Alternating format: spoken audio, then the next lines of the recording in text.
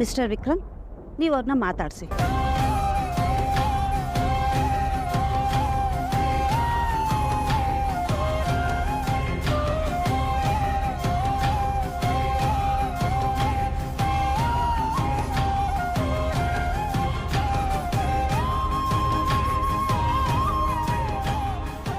ಏನು ನಿರ್ಧಾರ ಮಾಡಿದೆ?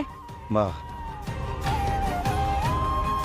ನಿರ್ಧಾರ ಅಂದ್ರೆ ಏನಂತ ಹೇಳಿ, ನೀನು ಈ ರೀತಿ ಇರೋದಕ್ಕೆ ನಾನೇ ಕಾರಣ. ನಾನೊಬ್ಬ ಕಟುಕ ಅಂತ ಎಲ್ಲೂ ನನಗೆ ಶಾಪ ಆಗ್ತಿದೆ. ಅಮ್ಮ, ಅದು ಯಾರ ಶಾಪನೂ ಗೊತ್ತಿಲ್ಲ, ನಾನು ರೌಡಿ ಆಗ್ಬಿಟ್ಟೆ. ಆದರೆ ಬೇಕು ಅಂತ ನಾನು ಈ ಫೀಲ್ಡ್ ಇಳಿದಿಲ್ಲ ಅಂತ ನಿನಗೆ ಚೆನ್ನಾಗಿ ಗೊತ್ತಮ್ಮ. ಗೊತ್ತಿದ್ದು ಗೊತ್ತಿಲ್ದೇನೋ ಮಚ್ಚನ ಇಟ್ಕೊಂಡ್ಬಿಟ್ಟಿದ್ದೀನಿ. ಈಗ ಅದನ್ನು ಬಿಟ್ಟರೆ 3ನೇ ದಿನಕ್ಕೆ ನಿನ್ನ ಮಗನ ತಲೆಗಿರೋಗಿರತ್ತೆ.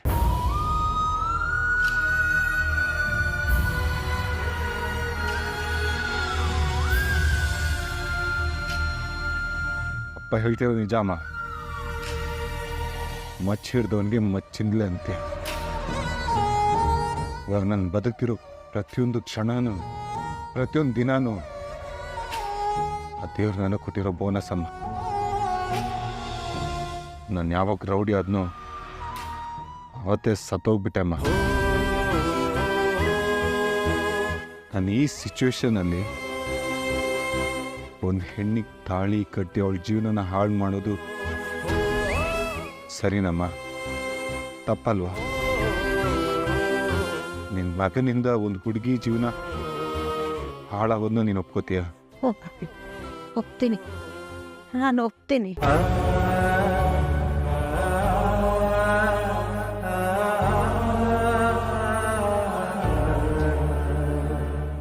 ದಾರಿ ತಪ್ಪಿರೋ ಪ್ರತಿಯೊಬ್ಬ ವ್ಯಕ್ತಿಗೆ ದೇವರು ಇನ್ನೊಂದು ಅವಕಾಶ ಕೊಡ್ತಾನೆ ಅನ್ನೋ ಮಾತನ್ನ ನಾನು ಒಪ್ತೀನಿ ವಿಕ್ರಮ್. ಜಯ, ಕಣ್ಣು ತಾನಾಗೆ ಎಳ್ಕೊಂಡು ಹೋಗ್ತಿದೆ ರೀ ವಿಕ್ರಮ್. ಸ್ವಲ್ಪ ದಿನ ನಿನ್ನ ಜೊತೆ, ನಿನ್ನ ಹೆಂಡತಿ ಜೊತೆ, ನಿನ್ನ ಮಕ್ಕಳ ಜೊತೆ ಬದುಕಬೇಕು ಅನ್ನೋ ಆಸೆ ಇದೆ ಕೊಡು ನನಗೆ. ನನ್ನ ಆಸೆ ನಿರಾಸೆ ಮಾಡಬೇಡ ಕೊಡು. ನನ್ನ ಮಗನಿಗೆ ದಾರಿ ಮಾಡಲಿಲ್ಲ ಅನ್ನೋ ಕೊರಗಿನಿಂದ ಬೇಡ ಕೊಡೋ. ಹೀಗೆಲ್ಲ ಮಾತಾಡ್ಬೇಡ ನೀನು. ಈ ಅಮ್ಮನ ಮಾತನ್ನ ನಂಬೋ. ನೀನ್ ಭಯ ಪಡೋ ಥರ ಏನೂ ಆಗಲ್ಲ ಕಂದ. ನಾನು ಹೇಳಿದ ಮಾತನ್ನ ಕೇಳೋ, ಎಲ್ಲ ಒಳ್ಳೇದಾಗುತ್ತೆ ಕಣೋ. ನಿನ್ನ ಮಾತನ್ನ ನಾನು ಕೇಳಿ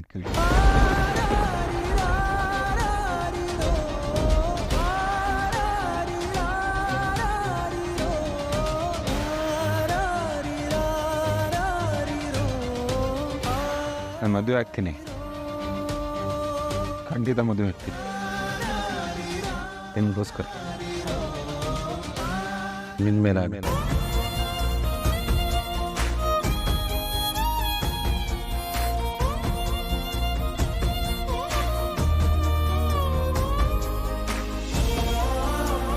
ಮಾತು ಸಾಕು ಕಣೋ ನನಗೆ. ನಾನು ಇನ್ನು ಸರಿ ಹೋಗ್ತೀನಿ ರೀ.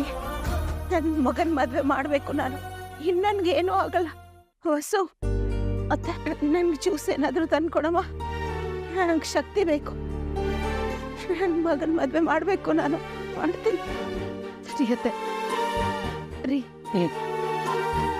ನನ್ನ ಅಂಗಡಿಗೆ ಹೋಗ್ಬರ್ತೀನಿ. ನೋಡಿದ್ರ ರೀ, ನನ್ನ ಮಗ ನನ್ನ ಮಾತು ಮೀರಲಿ.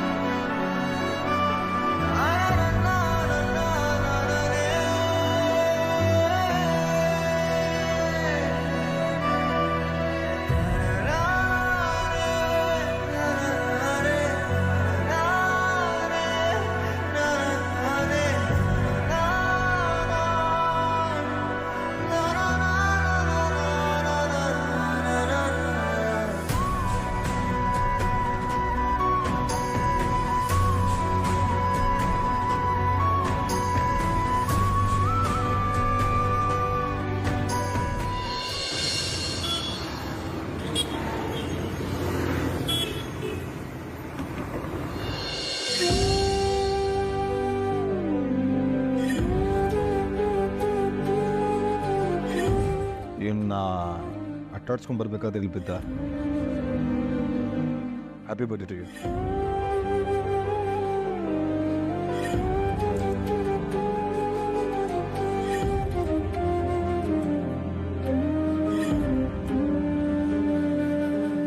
ವೇದ,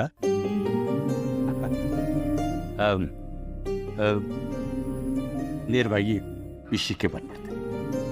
ನಿನ್ನ ಫ್ಯೂಚರ್ ಬಗ್ಗೆ ಏನು ನಿರ್ಧಾರ ಮಾಡಿದೆಯಮ್ಮ? ಹೀಗಿದ್ದಕ್ಕಿದ್ದ ಹಾಗೆ ಕೇಳಿದ್ರೆ ಏನು ಹೇಳಬೇಕು ಗೊತ್ತಾಗ್ತಿಲ್ಲ. I am sorry, no issues, take your own time. ಆದರೆ ನಿನ್ನ ನಿರ್ಧಾರ ಏನು ಅಂತ ಸ್ಪಷ್ಟವಾಗಿ ಎಲ್ರಿಗೂ ಗೊತ್ತಾಗೋದು ತುಂಬ ಒಳ್ಳೆಯದು. ಕನ್ಫ್ಯೂಸ್ ಆಗ್ತಿದ್ಯಾ?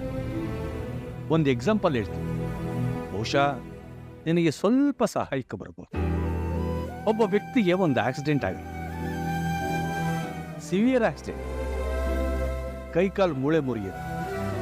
ಡಾಕ್ಟ್ರು ಜೀವನ ಪೂರ್ತಿ ನೀವು ಹಾಸಿಗೆ ಮೇಲೆ ಇರಬೇಕು, ಎದ್ದು ಓಡಾಡೋ ಹಾಗಿಲ್ಲ ಅಂತ ಡಿಕ್ಲೇರ್ ಮಾಡ್ತಾರೆ.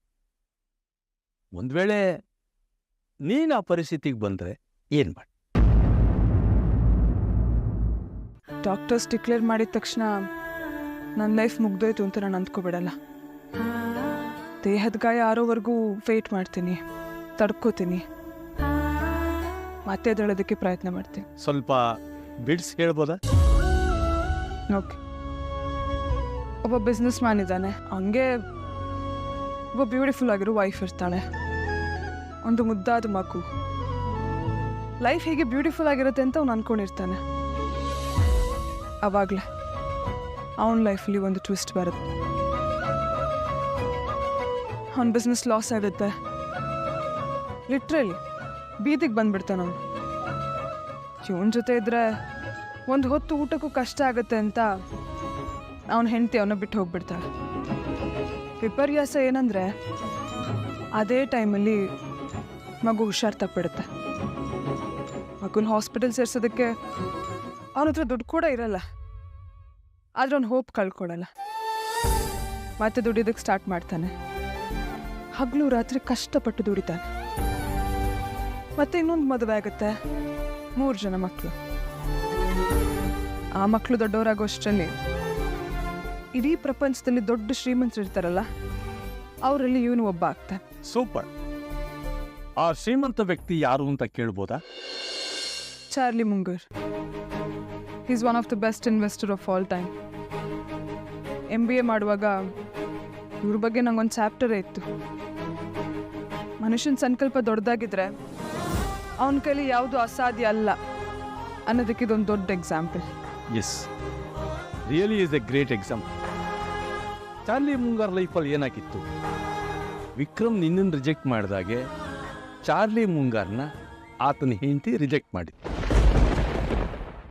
ಅದಕ್ಕೆ ಚಾರ್ಲಿ ಏನು ಮಾಡ್ದ? ಬಿಟ್ಟೋದ ಹೆಂಡತಿ ಬಗ್ಗೆ ಯೋಚನೆ ಮಾಡ್ತಾ ಅಳ್ದ ಕೂತಿದ್ನ. ಇಲ್ವಲ್ಲ, ಮುಂದಿನ ಬದುಕು ನನ್ನದು ಅಂತ ಧೈರ್ಯ ಮಾಡಿ ಮುಂದೆ ನುಗ್ಗದ. ಇನ್ನೊಂದು ಮದುವೆ ಮಾಡ್ಕೊಂಡ, ಜೀವನನ ಸುಖವಾಗಿ ಎಂಜಾಯ್ ಮಾಡ್ದ. ಅವನ ಬದುಕು ಪರಿಪೂರ್ಣವಾಯಿತು.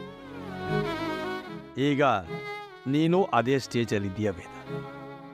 ನೋಡು, ನಾನೊಬ್ಬ ಲಾಯರು, ಜಡ್ಜು, ಹಾಗಾಗಿ ನೀನು ಹೇಳಿದ ಪಾಯಿಂಟ್ ಇಟ್ಕೊಂಡು ಕೌಂಟರ್ ಅಟ್ಯಾಕ್ ಮಾಡ್ತಾ ಇದ್ದೀನಿ ಅಂತ ಮಾತ್ರ ತಿಳ್ಕೊ. ಪ್ರತಿಯೊಬ್ಬರ ಜೀವನದಲ್ಲೂ 2ನೇ ಅವಕಾಶ ಅನ್ನೋದೊಂದು ಬರುತ್ತೆ.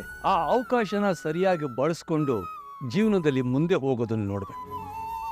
ಇವತ್ತು ಪ್ರೀತಮ್ ಬರ್ತ್ಡೇ ಪಾರ್ಟಿನಲ್ಲಿ ಏನು ನಡೀತು ಅಂತ ನೀನೇ ನೋಡ್ತೀಯ. ನೋಡ್ಬೇದ, ಅವನು ಯಾವತ್ತೂ ನಿನಗೆ ಹೊಂದಾಣಿಕೆ ಆಗೋ ಹುಡುಗ ಅಲ್ಲ. ಅವನ ಪ್ರಪಂಚನೇ ಬೇರೆ, ನಿನ್ನ ಪ್ರಪಂಚನೇ ಬೇರೆ.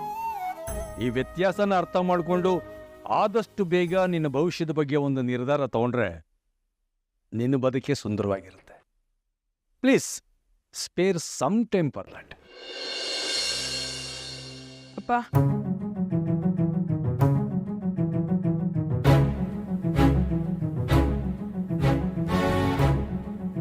ಒಬ್ಬರ ಹತ್ರ ದುಡ್ಡಿಲ್ಲ ಅಂತ ಬಿಟ್ಟು ಹೋಗೋದಕ್ಕೆ ವಿಕ್ರಮ್ ಚಾರ್ಲಿ ಮುಂಗರ್ ಹೆಂಡತಿ ಅಲ್ಲ.